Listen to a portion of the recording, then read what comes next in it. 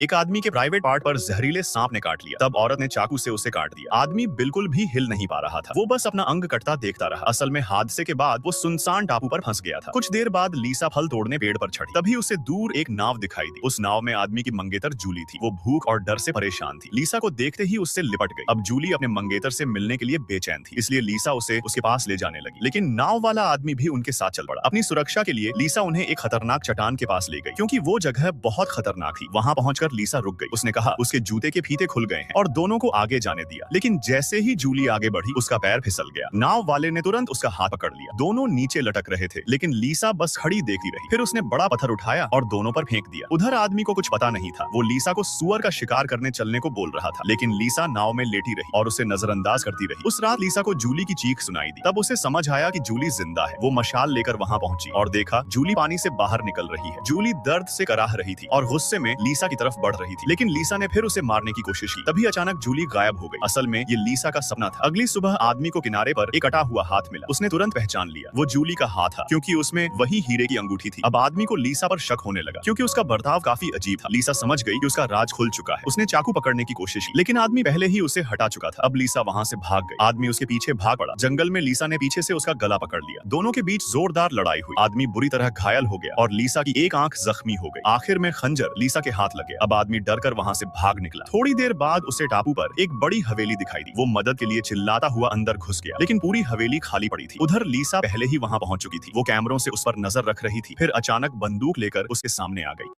एक आदमी के